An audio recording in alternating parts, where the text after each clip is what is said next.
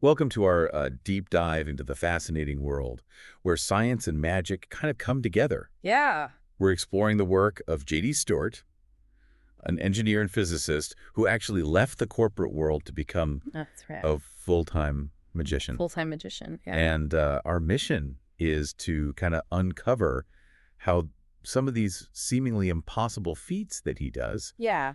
can be explained by really simple scientific principles. Yeah. So get ready to see the world with new eyes. Yeah. What's really captivating about JD Stewart is that he doesn't just perform tricks, he actually reveals Right. the science behind them.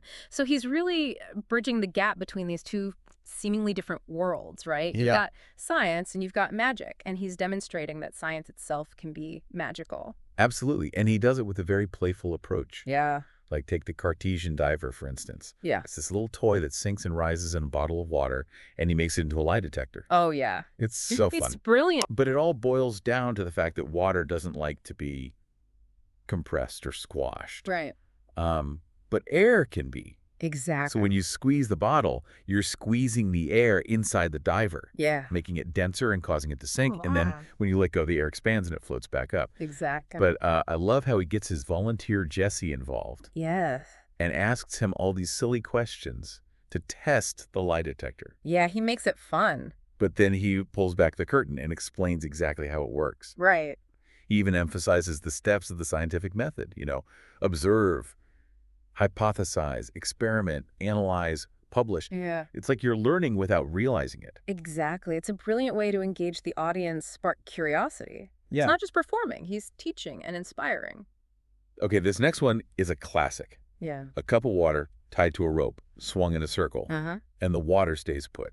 It does. It looks like he's defying gravity. How does he Yeah. do that? Well, it's really a fantastic illustration of how everyday forces can create these seemingly impossible effects, right? Yeah. And the trick lies in centripetal force pulling the water inwards to prevent it from spilling. Yeah. It's the same force that keeps you from flying off a merry-go-round when it's spinning. I see. Yeah. So he even shares a personal anecdote about how his father, who was a physicist, Wow. showed him this trick as a kid using a bucket swung overhead. Oh, that's great. I love that personal touch. It underscores that science is woven into our daily lives, even in the most unexpected ways, right? Yeah. I mean, think about it. Like, even a simple bucket can demonstrate these incredible principles. Absolutely. And what's great is that he encourages audience participation, particularly with children. Right. Inviting them to try these trips to feel these forces firsthand. Speaking of feeling forces, Yeah. his comeback can trick is a real head scratcher. Yeah. You roll the can away, it stops, and then rolls right back to you as if it has a mind of its own. Right. How does he do that? Yeah. So the secret lies in stored energy, right? Okay. So inside the can, there's a weight attached to a rubber band. Uh-huh. And as the can rolls, this weight swings winding up the rubber band, storing potential energy. I see. And when the can stops, the rubber band unwinds, releasing that stored energy and propelling the can back. Oh. Yeah. So it's like a wind-up toy in a way. Kind of, yeah. Yeah. It's a clever way to use simple mechanics to create that illusion. And he doesn't stop at just showing the trick. He uses it as a springboard to talk about Newton's first law of inertia, Right. and even challenges the audience to think about why the can stops in the first place, Yeah. which is friction and air resistance, of course. Right. So he's always pushing the audience to think deeper. Yeah. What I admire is that he goes the extra mile to actually invent his own illusions. Wow. Like this comeback can, specifically designed to highlight scientific concepts without revealing common magic tricks. Oh, that's interesting. Yeah, so he's respecting the traditions of both science and magic. Now for this next one, he uses two seemingly identical balls. Okay. He drops them. One Yeah. bounces, the other just sits there. Right. Seems simple, but there's more to it, right? Yeah, this one showcases the concept of elasticity. What? Right, so the bouncing ball is made of a material that can store and release energy when it's squashed and released, kind of like a spring, Oh, okay. right? And the other ball lacks this property. So it's all about the material. Exactly, yeah, the properties of the material determine how it responds to that impact. And Stewart even adds a twist, hinting that even when the science seems obvious, there's always room for a surprise. Yeah, he likes to keep us guessing. I'm on the edge of my seat. Me too. Now, you mentioned earlier a running gag throughout his performance. Yeah. The mysterious water source. A mysterious water source. So after each trick, he produces water from a seemingly empty container. It's baffling, isn't it? Where is that water coming from? That's the million-dollar question, right? It's a brilliant way to keep the audience guessing and thinking about the scientific principles that might be at play.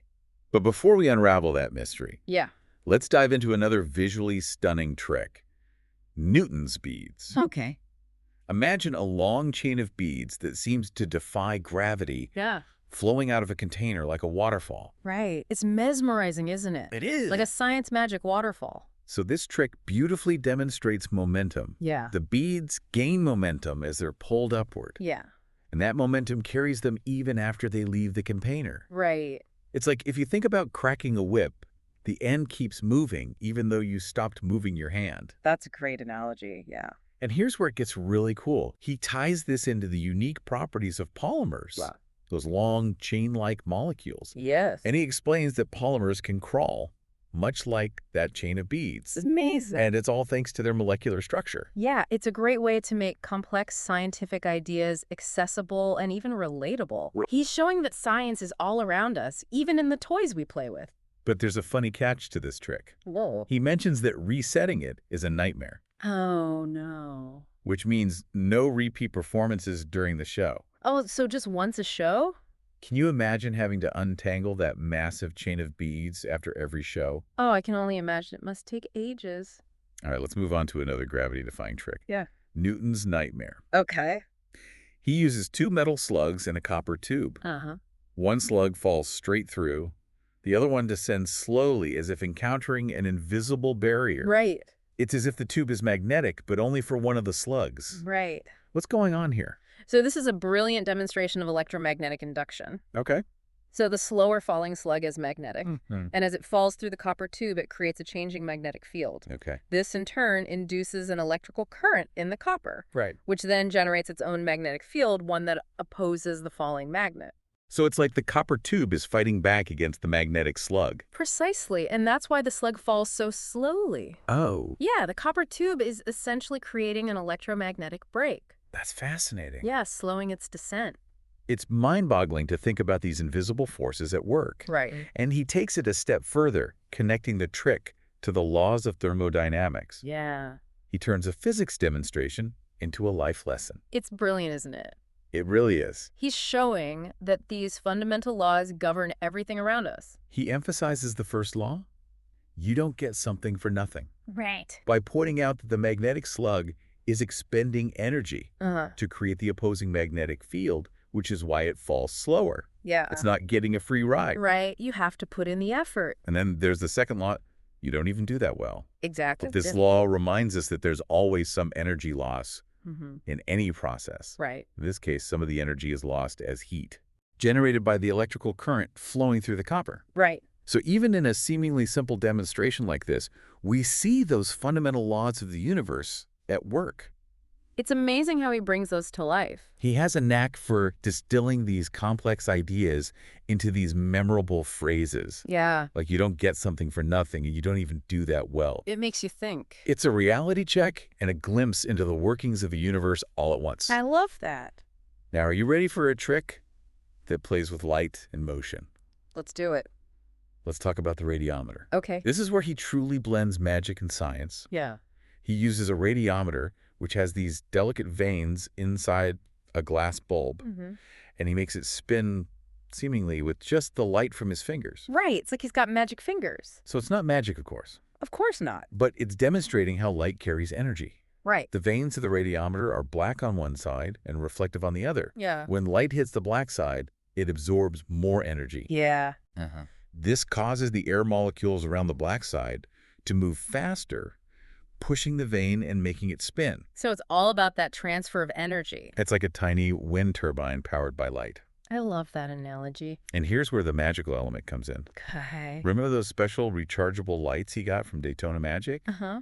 Well, he uses them to activate the radiometer. Oh, very clever. It's such a cool fusion of techniques from both the world of magic and science. Yeah, it highlights that these two worlds, often perceived as opposites, can actually complement each other. Absolutely. Right? Science explains the how behind the illusion, Yeah. while magic adds a layer of wonder and intrigue. I love that Yeah. JD Stewart is showing us that science is all around us waiting to be discovered. Absolutely. Makes you wonder what other seemingly magical phenomena could be explained by science. Right. There's probably magic hidden everywhere. We just have to look for it. And speaking of unexplained phenomena, Uh, let's circle back to that mysterious water source. Where is that water coming from? the mystery continues. We'll try to crack that case in the next part of our deep dive. I can't wait. Stay tuned.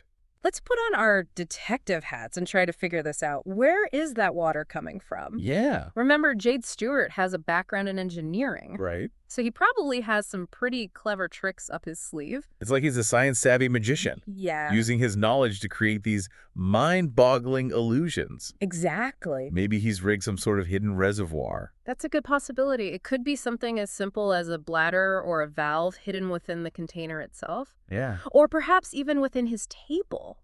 Right. Think about how a magician uses trapdoors and hidden compartments. He could be applying similar principles. So he could be using those techniques, but for a completely different purpose. Right.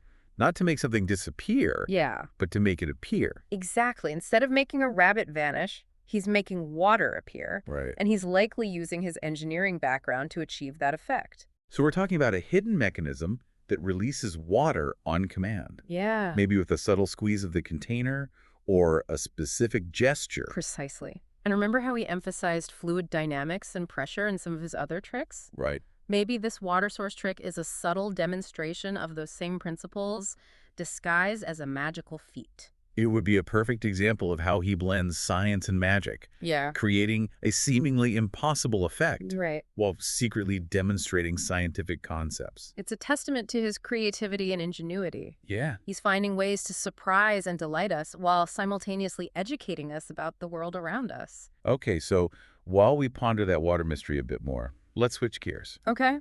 and talk about another one of his tricks, Newton's nightmare. All right. You explained the science behind it earlier, but it's so fascinating. I'd love to kind of delve a little deeper. Certainly, it's a great illustration of how invisible forces can have a dramatic impact. Yeah. Remember, he uses two metal slugs and a copper tube. One slug falls straight through. Uh-huh. While the other falls slowly, as if it's battling an unseen force. Right. It's like the tube itself is resisting the fall of that second slug. Yeah. It's mesmerizing to watch. That's the power of electromagnetic induction at play. So the second slug is magnetic, Yes. and as it falls through the copper tube, it creates a changing magnetic field. Exactly. And this induces an electrical current in the copper, which then generates its own magnetic field, one that opposes the falling magnet. Right. So it's like the copper tube is fighting back against the magnetic slug. Precisely, and that's why the slug falls so slowly. Okay. The copper tube is essentially creating an electromagnetic break, slowing its descent. That's incredible. It's a beautiful example of how energy can be transformed from one form to another. Yeah. The falling magnet's kinetic energy is converted into electrical energy in the copper, Uh-huh. which then creates a magnetic field that opposes the original motion. Right. It's like a chain reaction of energy transformations. Mhm. And it all stems from those fundamental laws of physics that JD Stewart so cleverly weaves into his performance. It's true. He's not just entertaining, he's subtly reminding us that these laws govern everything around us. Speaking of those fundamental laws, he used this trick to illustrate the laws of thermodynamics, right? Absolutely. Remember, the first law, you don't get something for nothing. Right. The magnetic slug has to expend energy to create that opposing magnetic field, which is why it falls slower. So it's not getting a free ride. It's not getting a free ride, you have to put in the effort. And then there's the second law, you don't even do that well. Exactly. This law reminds us that there's always some energy loss in any process. Uh-huh. In this case, some of the energy is lost as heat generated by the electrical current flowing through the copper. Right. So even in a seemingly simple demonstration like this, we see those fundamental laws of the universe at work. It's amazing how he brings those to life. It's amazing how he connects those seemingly abstract concepts to a tangible visual experience. It's like he's giving us a glimpse behind the curtain of reality, revealing the intricate mechanisms that drive our world. He's making science come alive, showing that it's not just equations and textbooks, but a dynamic force that shapes everything we see and experience. And he's doing it with such passion and enthusiasm. Yeah. You can tell he genuinely loves sharing his knowledge and inspiring others to see the world through a scientific lens. It's infectious, isn't it? You can't help but get caught up in his excitement and start questioning the world around you. Exactly. It makes you want to dig deeper to understand the why behind the wow. Yeah. Which brings us back to that mysterious water source. Oh, We still haven't cracked that case. we haven't. But maybe we can find some clues by revisiting those other tricks that involve water. Good idea. Let's see if those tricks can shed some light on his water conjuring abilities. Okay, so let's rewind a little bit and think about those tricks that we've already covered that involve water. Okay. We get the Cartesian diver, the water-filled cup swinging on a rope. Yeah. And what about that one where he seemed to control the flow of water with just his mind? Oh, yes, he had those two jars, Right. one with the screen and one without. Yeah. And he poured water into the one with the screen, and it stayed put, but when he poured water into the one without a screen, it flowed right through. Right. And then he magically switched their properties, Yes. making the water flow through the screen and stop in the open jar. It was baffling. It was baffling. And he explained it all with Surface tension. and air pressure. Air pressure, yeah. Could the water source trick be using a similar principle? That's a fascinating thought. What if there's a hidden mechanism, like a small hole covered with a very fine screen? Yeah. It could be so subtle that you wouldn't even notice it.